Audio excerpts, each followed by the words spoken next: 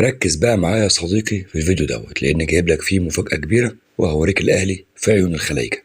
وهسمعك كل كلمة قلتها لك دلوقتي بالفيديو. الناقد الرياضي محمد عواد الاماراتي على قناة ابو ظبي الرياضية بيتكلموا عن السوبر ليج الافريقي، فالمذيع بيسأله عن المباريات بتاعة السوبر ليج، فرد وجاوب وقال له: انت شفت الاهلي اللي بتشوفه في دوري ابطال افريقيا ضعيف في المجموعات وبعد كده بيتحول لوحش وصعب انه ينغلب؟ هيحصل نفس الكلام في البطولة دي والاهلي هياخدها. وقال كلام كتير قوي قوي هيعجبك عن النادي الاهلي، وهسمعك كل كلمه قلتها لك دلوقتي بالفيديو وبعض لسانه. السلام عليكم.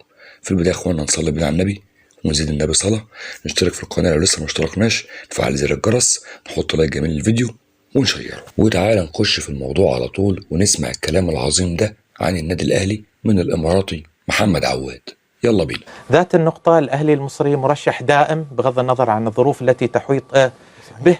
كيف تقرأ أوراق نسر مصر؟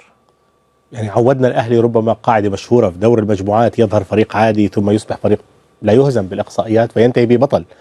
أعتقد الأهلي المصري لديه من الخبرة والثقافة ولديه من عقلية الانتصار اللي فعلا كما تفضل كابتن شريف أنه هو يجعله دائما مرشح أي بطولة يدخلها في أفريقيا.